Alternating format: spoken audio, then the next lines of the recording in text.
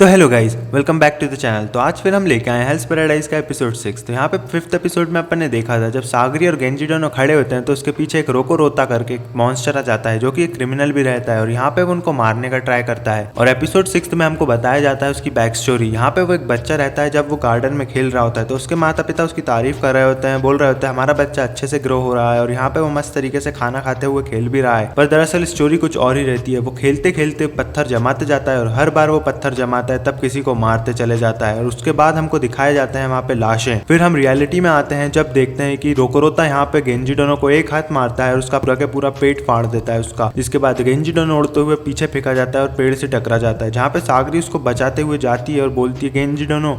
यहाँ पे गेंजी डोनो का पेट देखती है तो वो पूरा के पूरा फट जाता है। जब यहाँ पे गेंजी डोनो के पास वो बैठी हुई होती है तो रोकोरोता उसको मारने के लिए आता है, पर तभी के तभी वहाँ गाबीमारू आ जाता है और रोकोरोता के चेहरे पे एक जोर से लात मारता है, जिसके कारण रोकोरोता यहाँ पे फेंका जाता है, पेड़ टूटते हुए जाता है और लंगड़ा के पीछे फेंका जाता है।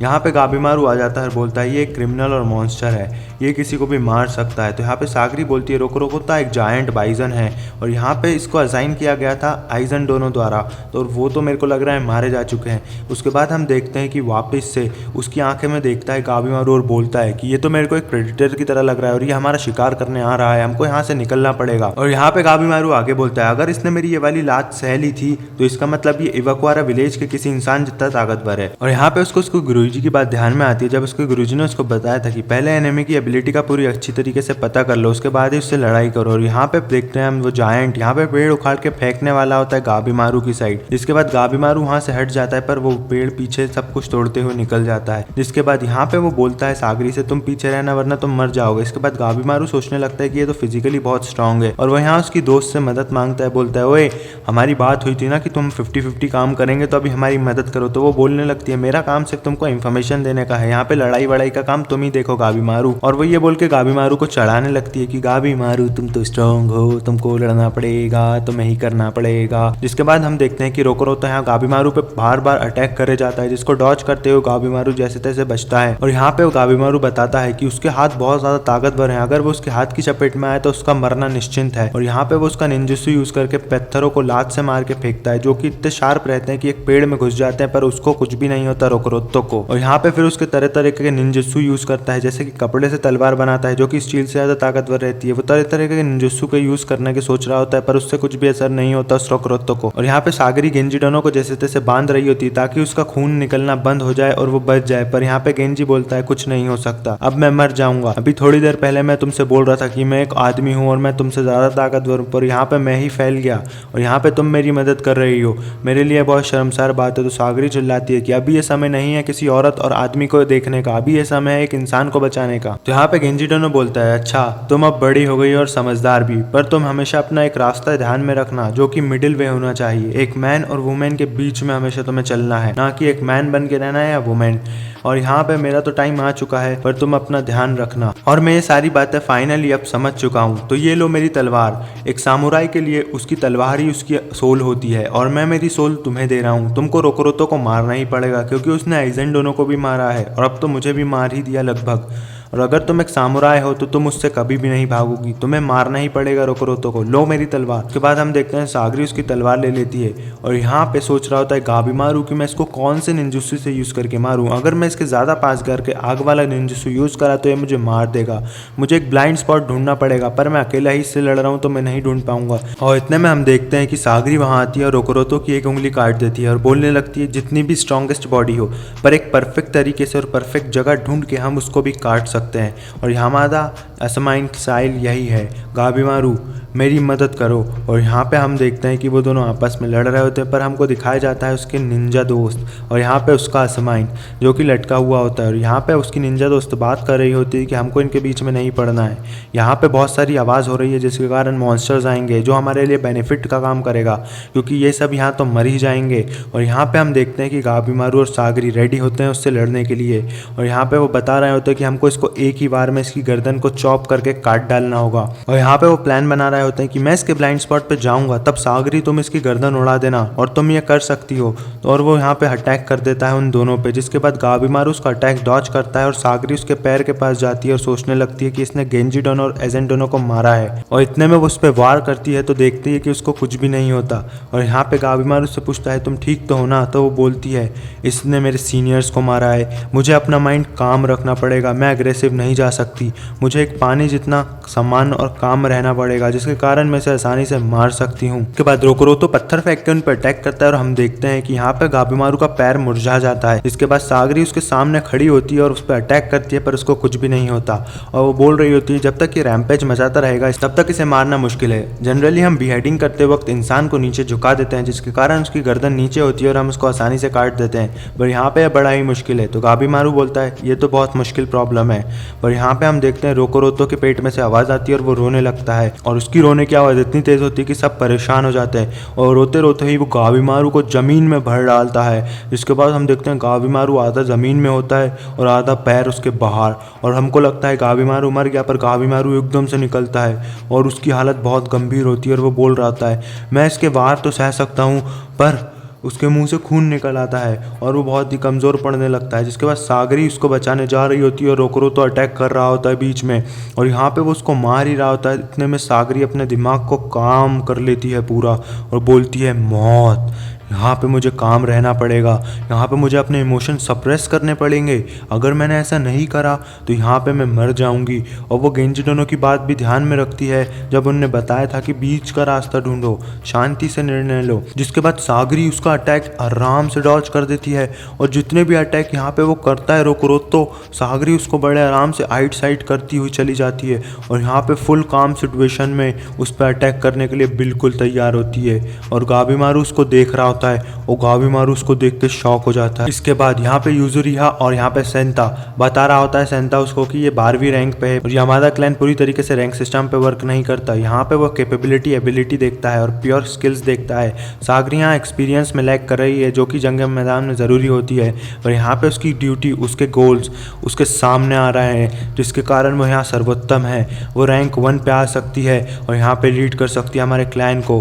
पर यहाँ पे वो मॉन्स्टर से डर रही है इस जगह पर क्रिमिनल उसके सामने कुछ भी नहीं है, वो एक भी क्रिमिनल से नहीं डरती। और यहाँ पे गाबीमारू भी सोचता है मैं इसके बारे में सही था, ये सच में बहुत ज़्यादा स्ट्रॉन्गेस्ट है, अगर उस दिन मैं बचा नहीं होता तो मर गया होता। और यहाँ पे हम देखते हैं कि रोकोरोतो नीचे गिर जाता है जिसके बाद सागरी उसको काटने वाली होती है, पर रोकोरोतो चक्कर दूर चले जाता है।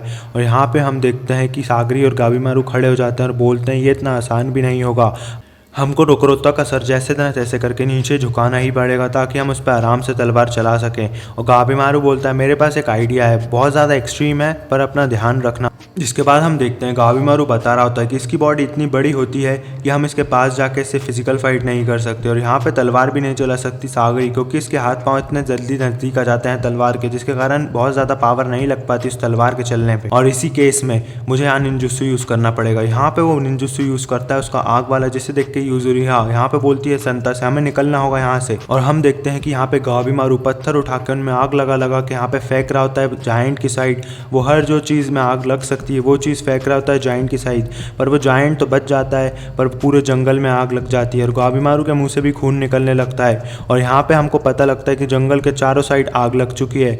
और यहाँ पे वो बोलती है यूजुरिहा संता से वो सिर्फ उस रोकोरोतो को मारने को ट्राई नहीं कर रहा है, वो इस जंगल को जलाने का ट्राई कर रहा है, क्योंकि यहाँ पे एक ऑयल है और यहाँ से पॉइजन निकलेगा जो कि उसकी हाइट के ऊपर जाएगा जहाँ पे वो सांस ले रहा है, जिसके कारण पूरा का पूरा धुआं उसके अंदर जाएगा और उसकी सांसें कम होती चली जाएंगी। और यहाँ पे गाबीमारू का यही प्लान होता है कि ये पॉइजन है कार्बन मोनोऑक्साइड जो कि धुएं में उड़ रही है और जिसके कारण इसको सांस लेने में इतनी तकलीफ होगी कि थोड़े ही टाइम में अगर इसने हाथ पाँव मारे तो यहाँ पे मर ही जाएगा, क्योंकि कार्बन मोनोऑक्साइड इसकी सांसें पूरी कम कर देगी, ऑक्सीजन कम ले पाएगा और इसकी लिमिट तक पहुँच गया तो सबसे पहले नीचे हो जाएगा। जिसके बाद हम देखते हैं रोकोरोतो यहाँ नीचे बैठ के खांस रहा होता है क्योंकि वो सांस नहीं ले पा रहा होता और सागरी तैयार होती है उसकी गर्दन काटने, और यहाँ पे उसको देख लेता है रोकोरोतो और रोकोरोतो उसको मारने जाता है तो गाबीमारू उसका हाथ आके रोक लेता है और दबा देता है और बोलता है इसको जल्दी मारो, इसकी ताकत के सामने मैं बिल्कुल नहीं टिक पाऊंगा। और सागरी यहाँ फुल काम हो जाती है और यहाँ पे सोच रही होती है बड़े आराम से मुझे इसे काटना होगा।